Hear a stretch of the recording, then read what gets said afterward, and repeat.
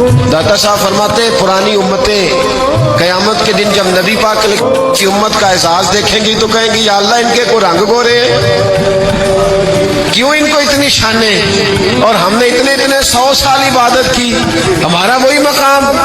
तो रब करीम फरमाएगा चलो आओ एक तजर्बा कर लेते हैं, तजर्बा कर लेते हैं। तो बंदे कहेंगे मौला कर लो। तो रब करीम फरमाएगा महबूब अलैहिस्सलाम की उम्मत के औलिया भी आएंगे, पुरानी उम्मतें भी आएंगी।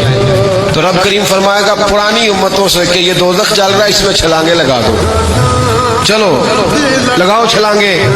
तो कहेंगे या अल्लाह बात तो तेरी ठीक है पर दोज़ख भी तो है ना, अब तू दोज़ख में ही छलांग लगवा रहा है। तो रब करीम फरमाएगा चलो ठीक है तुमने सही कहा, अब उम्मत मुस्तफ़ा से कहा जाएगा। और उम्मत दाता साहब कहते हैं उम्मत मुस्तफ़ा से भी उम्मत के औलिया से, यानी दाता अली अजमेरी से, यानी गौसे पाक जिलानी से, यानी ख्वाजा अजमेर से, यानी हजरत हिंदुल वली से, यानी हजरत बाउलक नक्शबंद बुखारी से, औलिया से कहा जाएगा। रब करीम फरमाएगा मुझसे प्यार करते हो या अल्लाह करते?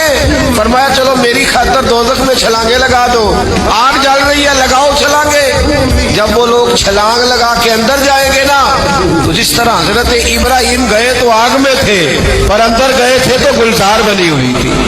जब अंदर जाएंगे तो गुलजार होगी, ठंडी होगी, जन्नत होगी। नजर कुछ आ रहा था, अंदर गए तो कुछ। अब रब करीम उनसे पूछेगा बताओ इनका दर्जा बनता है कि नहीं बनता? इसका मतलब है बेहतरीन रिजल्ट उसे मिलता है जो रब करीम की रजा पे राजी हो जाता है।